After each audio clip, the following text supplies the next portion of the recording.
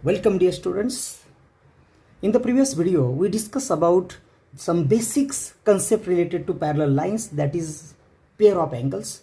तर अनेक अँगलच्या पेयर आपण पाहिल्या की ज्याची माहिती अतिशय आवश्यक आहे. आणि आता आपण पाहूया मेन टॉपिकचा part, that is parallel lines. तर डेफिनेशन आहे the lines which are coplanar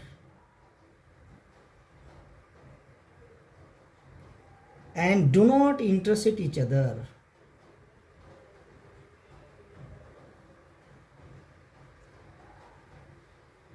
are called as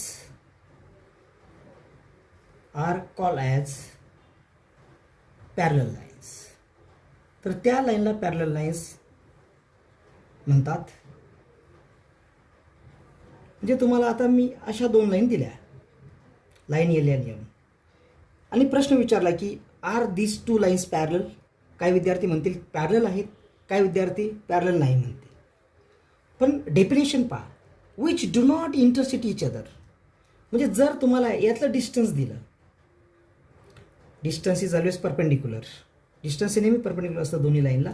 this is 5 centimetre.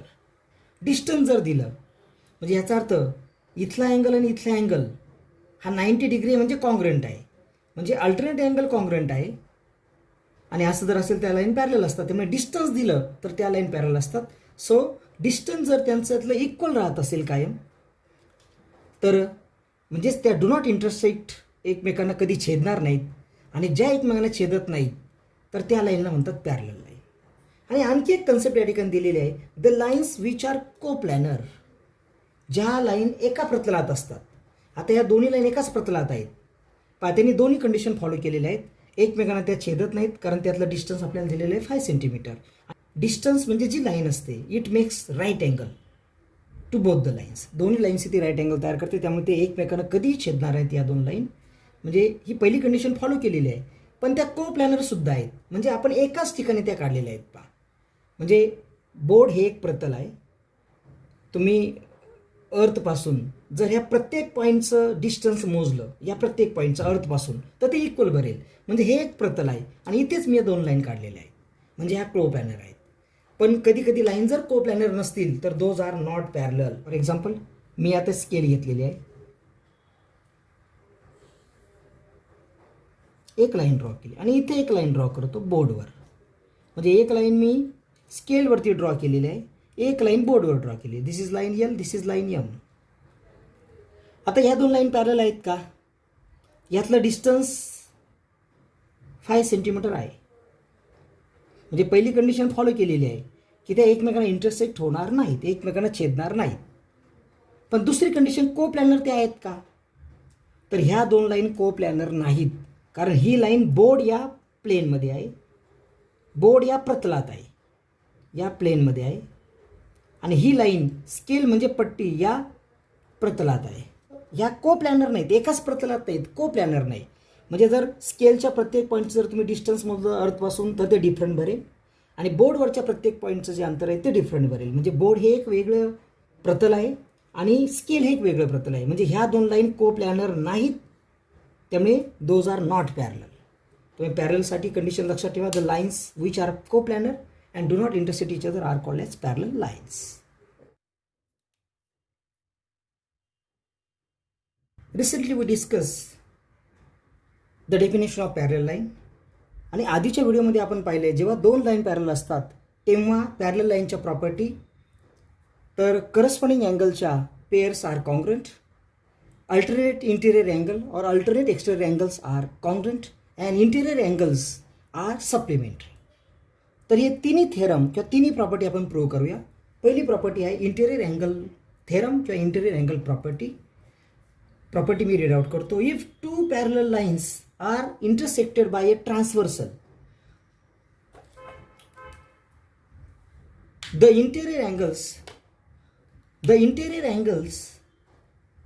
म्हणजे इफमध्ये टू पॅरलल लाईन्स तुम्हाला दिलेल्या आहेत.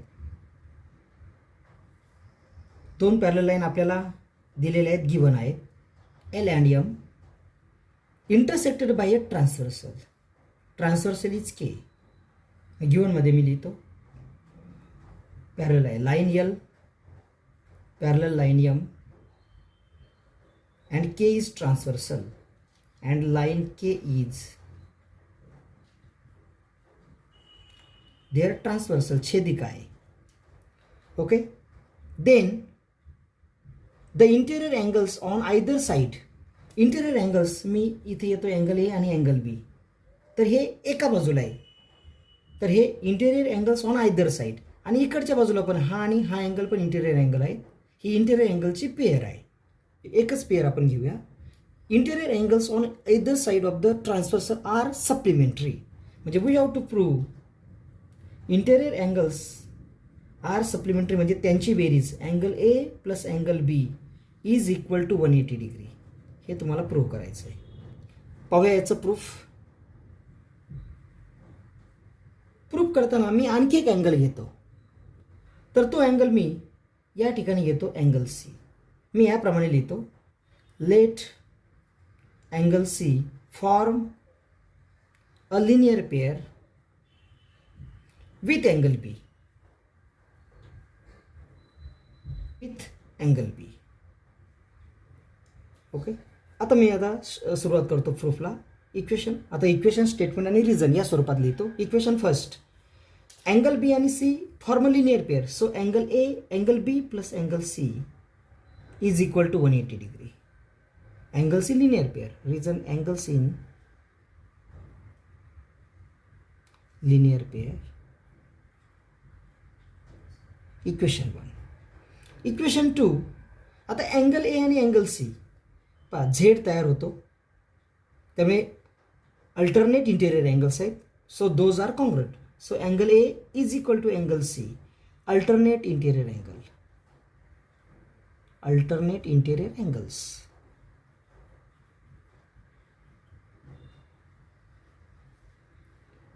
हे एवढंच आपल्याला करता येईल. पण याच्यावरून तिसरं इक्वेशन करता येईल पहा, अँगल ए आणि अँगल सी कॉन्ग्रुएंट आहे, त्यामुळे इथे अँगल सीच्या ठिकाणी अँगल ए ची म्हणजे ही व्हॅल्यू आपण टाकू शकतो, बिकॉज अँगल ए आणि angle C are congruent. So जर पुटअप केली व्हॅल्यू तर angle B as it is angle C ऐवजी angle A is equal to 180 degree. म्हणजे आपण इथे आपण इक्वेशन 2 मधली व्हॅल्यू इक्वेशन 1 मध्ये पुटअप केली. सो फ्रॉम रिझन याला येईल from equation first and second.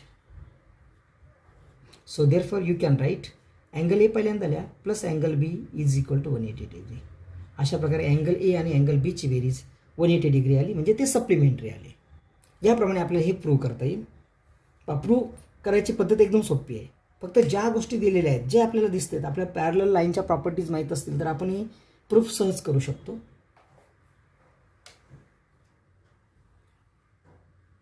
Let's discuss the second theorem of corresponding angles.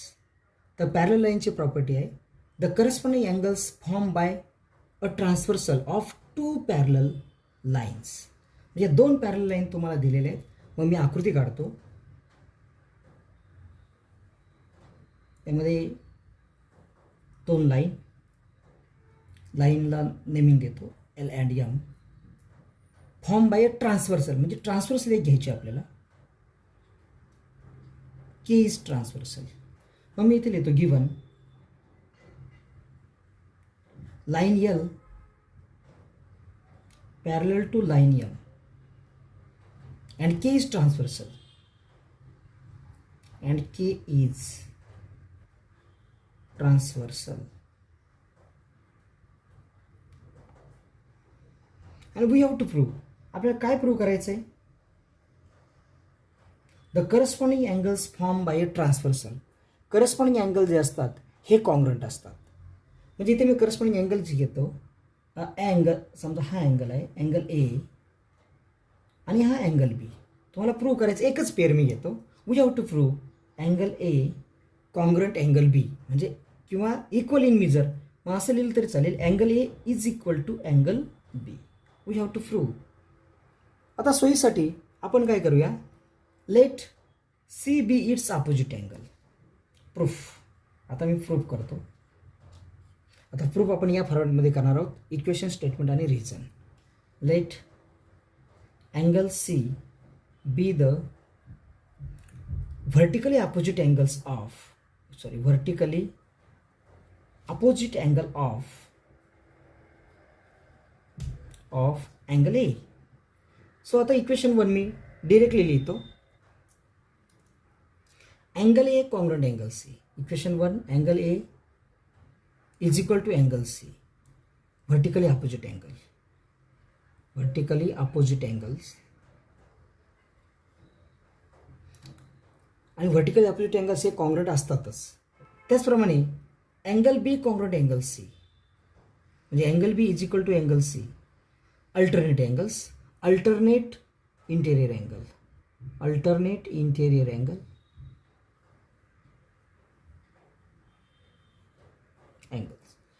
मग याच्यावरून पहा, अँगल ए हा सी बरोबर कॉन्ग्रंट आहे आणि अँगल बी सुद्धा सी कॉन्ग्रंट आहे.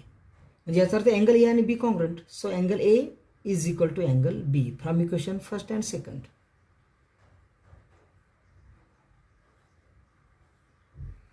म्हणजे याप्रमाणे आपल्याला हे प्रूव्ह करता येईल की करस्पॉन्डिंग अँगलची पेअर असते ती कॉन्ग्रंट असते. याची दुसरी एक मेथड आपण पाहूया. सपोज मी इथे अँगल सी घेतला असता, तर इथे अँगल सी त्याचा अँगल इन लिनियर पेअर आहे. Let angle C be the angle in linear pair is the angle in linear pair with angle A, की ज्याची ए बरोबर पेअर आहे. पहिल्यांदा equation first, angle A plus angle C is equal to 180 degree. Angles in linear pair,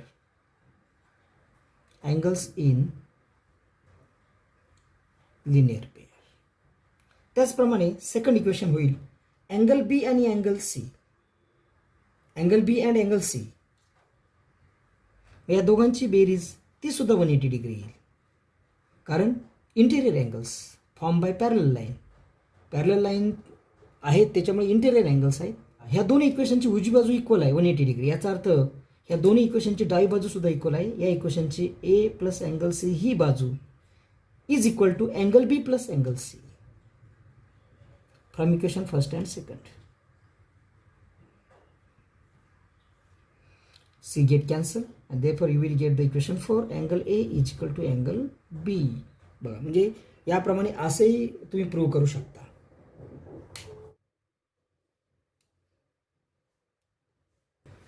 Let's move to the third theorem, alternate angle theorem.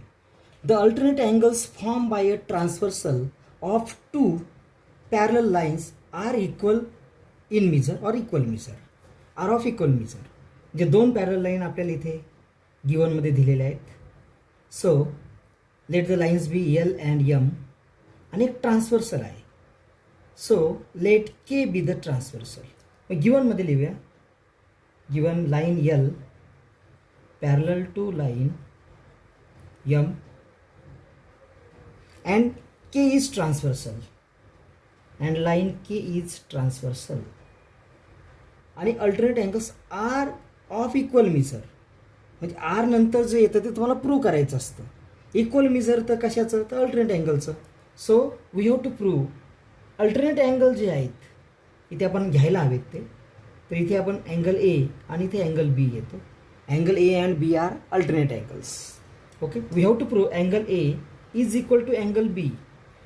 आता proof, पण proof करताना आपण आणखी एक अँगल घेऊया की ज्याच्यामुळे आपल्याला हे दाखवणं सोपं जाईल. त्यामुळे इथे येतो angle C. Let angle C form a linear pair with angle A. तर मग इक्वेशन 1 लिहूया. अँगल ए आणि C are angle in linear pair. So angle A plus angle C is equal to 180 degree. Angles in linear pair.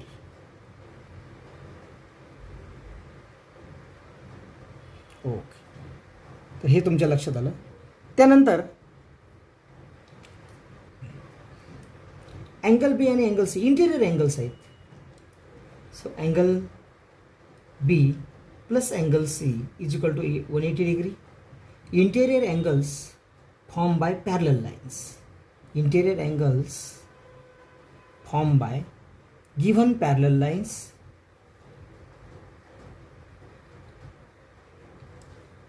तर यांची right hand side equal आहे 180 degree. याचा अर्थ angle A plus angle C ही left hand side पहिल्या इक्वेशनची is equal to या इक्वेशनची left hand side angle B plus angle C from equation first and second.